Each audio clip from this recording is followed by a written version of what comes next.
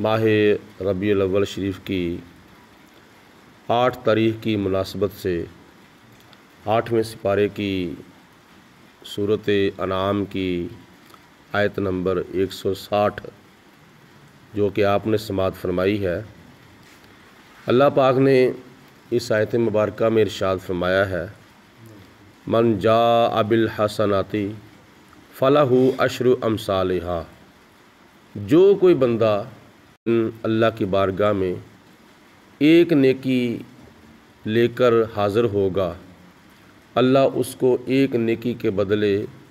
10 نیکیوں کا ثواب عطا فرمائے گا، اور جو کوئی ایک برائی کرے گا، ایک گناہ کرے گا، تو اس کو ایک گناہ کا ہی بدلہ دیا جائے گا، وَهُمْ لَا يُظْلَمُونَ، اور ان کے اوپر کسی قسم کا ظلم نہیں کیا جائے گا۔ حضور علیہ الصلوۃ والسلام کی امت کو جو ایک نیکی کے بدلے 10 نیکیوں کا ثواب ملے گا، یہ بھی نبی پاک علیہ الصلوۃ والسلام کی تشریف آوری کی برکت ہے، ورنہ پہلی امتوں کا یہی حساب تھا کہ وہ جتنا بھی عمل کرتے تھے ان کو اتنا ہی ثواب ملتا تھا، نہ کم ملتا تھا نہ زیادہ ملتا تھا۔ یہ امت مصطفیٰ کی خوش نصیبی ہے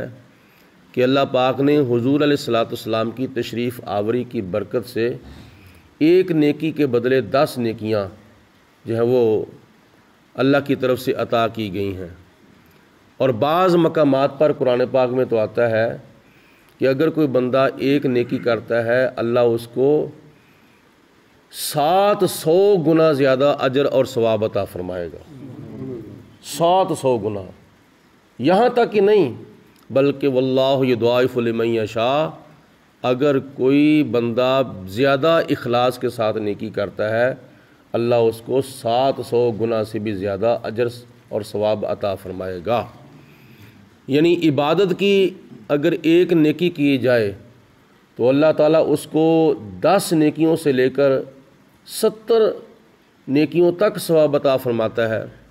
اگر کوئی سخاوت کی نیکی کرتا ہے تو اللہ تعالیٰ اس کو 700 گنا سے بھی زیادہ اجر ثواب عطا فرمائے گا۔ یہ قرآن پاک کا فیصلہ ہے۔ حضور نبی کریم علیہ الصلوۃ والسلام کی تشریف آوری سے پہلے جو امتیں نیک اعمال کرتی تھیں ان کو اتنا ہی اجر دیا جاتا ہے کہ مسجد نبوی شریف کے اندر حضور علیہ الصلوۃ والسلام پہلی امتوں کے عابد جو لوگ تھے ان کا تذکرہ کر رہے تھے۔ ان میں سے ایک نوجوان تھا جس کا نام تھا شمعون۔ حضور علیہ الصلوۃ والسلام نے فرمایا کہ اس شمعون نامی عابد نے 1000 ماہ تک رات کو قیام کیا، دن کو روزہ رکھا، اور اپنے آپ کو اسلحے سے مسلح کر کے اللہ کی راہ میں جہاد کیا۔ اس نے پھر ساری زندگی کی راتیں بھی اللہ کی بارگاہ میں حاضر ہو کر گزاریں، اور دن کو روزہ بھی رکھا اور اللہ کی راہ میں جہاد بھی کیا، تو وہ تو ثواب کے لحاظ سے نمبر ہم سے زیادہ لے گیا۔ ہماری تو عمریں بھی اتنی نہیں ہوتی، کسی کی 60 سال، کسی کی 70 سال، کسی کی 80 سال، 100 سے اوپر کوئی آگے جاتا ہے، ورنہ نبی پاک علیہ الصلوۃ والسلام نے یہ بھی حدیث پاک میں فرمایا ہے کہ میری امت کے اکثر لوگوں کی جو عمریں ہیں وہ 60 سے 70 سال کے درمیان ہیں۔ کوئی اس سے اوپر جاتا ہے اور کوئی اس سے نیچے بھی، جس کا وقت آ جاتا ہے وہ اللہ کی بارگاہ میں چلا جاتا ہے، لیکن اکثر لوگوں کی جو عمریں ہیں وہ 60 سے اوپر اور 70 سے نیچے۔ تو صحابہ عرض کرتے ہیں، یا رسول اللہ ہماری تو عمریں بھی اتنی نہیں ہیں، تو ہم تو پھر ثواب میں پیچھے رہ گئے۔ تو نبی پاک علیہ الصلوۃ والسلام ذرا سوچنے لگ گئے۔ اللہ پاک کی ذات نے جناب جبریل علیہ الصلوۃ والسلام کو بھیجا، اور جبریل علیہ الصلوۃ والسلام اللہ کی طرف سے حضور علیہ الصلوۃ والسلام کی بارگاہ میں سورۃ القدر لے کر آ گئے۔ انا انزلناہ فی لیلۃ القدر، بے شک ہم نے اس قرآن کو قدر والی رات میں نازل فرمایا ہے۔ وما ادراک ما لیلۃ القدر، آپ لوگوں کو کیا پتہ ہے کہ لیلۃ القدر کا کتنا درجہ، کتنا مقام ہے؟ لیلۃ القدر خیر من الف شہر، لیلۃ القدر، قدر والی وہ رات ہے جو 1000 مہینوں سے افضل ہے، 1000 مہینوں سے بھی افضل ہے۔ 1000 مہینوں کی ہوئی عبادت ایک طرف اور لیلۃ القدر کے اندر کی گئی عبادت جو ہے وہ ایک طرف ہے۔ تو اگر کسی کی 60 سال عمر ہو جاتی ہے تو 60 سال وہ ہر سال وہ اللہ کی بارگاہ میں لیلۃ القدر کے اندر قیام کرتا ہے، تو وہ کتنا خوش نصیب ہے کہ جو 1000 سال کی زندگی پانے والے سے بھی زیادہ ثواب کا مستحق ہو جاتا ہے۔ اس لیے اللہ پاک نے فرمایا کہ میں نے تمہیں سال کے اندر ایک رات عطا فرمائی ہے جو 1000 مہینوں سے بھی بہتر ہے۔ تو اس لحاظ سے اللہ پاک کی ذات نے نبی پاک علیہ الصلوۃ والسلام کی امت کی حوصلہ افزائی فرمائی کہ اگر پہلی امتوں کی اتنی عمریں ہوتی تھیں، 200 سال، 400 سال، 1000 سال اگر زندگی ہوتی تھی، تو اگر وہ عبادت کر کے زیادہ ثواب حاصل کرتے تھے تو میں تو تمہیں پوری زندگی کے اندر نہیں بلکہ میں تمہیں ایک سال کے اندر ایک رات ایسی عطا فرماؤں گا کہ اس رات کے اندر اگر کوئی اللہ کی عبادت کرے گا، تلاوت کرے گا، نوافل پڑھے گا، نیکی کے اندر، شب بیداری کے اندر رات کو گزارے گا، تو اللہ تعالیٰ ایک رات کے بدلے اس کو 1000 مہینوں کی ہوئی عبادت سے بھی بڑھ کر ثواب عطا فرمائے گا۔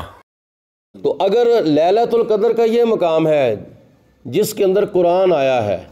لیلۃ القدر کا یہ مقام ہے جس میں اللہ تعالیٰ کا قرآن آیا ہے، تو پھر اس رات کا کیا مقام، کیا درجہ، کیا رتبہ، کتنی برکتیں، کتنی رحمتیں ہوں گی جس رات کے اندر قرآن والا آیا ہے۔ اور وہ کون سی رات ہے؟ وہ ماہ ربیع الاول شریف کی 12ویں رات ہے۔ لیلۃ القدر کے اندر قرآن آیا اور ماہ ربیع الاول شریف کی 12ویں رات کی بابرکت گھڑیوں میں قرآن والا آیا ہے، صاحب قرآن آیا ہے۔ یہ لیلۃ المیلاد کی برکت ہے۔ اگر لیلۃ المیلاد کی برکتوں کا آپ نے اندازہ لگانا ہو تو پھر لیلۃ القدر کی رات کی برکتوں کا اندازہ لگا لو۔ جب ایک رات لیلۃ القدر کی جس میں قرآن آیا ہے اس کی اتنی برکتیں ہیں، تو پھر جس رات میں صاحب قرآن آیا ہو، قرآن والا آیا ہو، پھر اس رات کا کیا مقام ہوگا، اس رات کا کیا درجہ ہوگا۔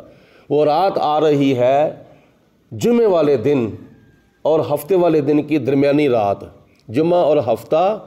11 اور 12 کی درمیانی رات جو ہے وہ لیلۃ المیلاد ہے، کہ جس رات کے بارے میں کہنے والا کہتا ہے کہ انوار دیاں برساتاں سن، ایک دوجی نو کہندیاں راتاں سن۔ انوار دیاں برساتاں سن، ایک دوجے نو کہندیاں راتاں سن، جس رات دے تڑکے آیا نبی اس رات دیاں کیا باتاں نے، جس رات دے تڑکے آیا نبی اس رات دیاں کیا باتاں نے۔ ذرا تھوڑی سی ترمیم کر کے میں ایسے بھی کہہ لیتا ہوں کہ انوار دیاں برساتاں نے، مایا ہے کہ انوار دیاں برساتاں نے ایک دوجے نو کہندیاں راتاں نے، اس رات جس رات دے تڑکے آیا نبی اس رات دیاں کیا باتاں نے۔ تو لہٰذا جس طرح ہم ماہ رمضان المبارک کی 27ویں رات کی برکتیں لوٹتے ہیں، اسی طرح ہم سب لوگوں کو، اوروں کو بھی بتاؤ کہ 11 اور 12 ربیع الاول کی جو درمیانی رات ہے، یہ تو بعض عشاق کے نزدیک، بعض اہل محبت کے نزدیک لیلۃ القدر سے بھی افضل ہے، کیونکہ اس میں قرآن آیا تھا، اس میں قرآن والا آیا ہے۔ اللہ پاک ہم سب کو زیادہ سے زیادہ نبی پاک علیہ الصلوۃ والسلام کی میلاد کی برکتوں سے مالا مال ہونے کی توفیق عطا فرمائے۔ وآخر الدعوانا ان الحمد للہ رب العالمین۔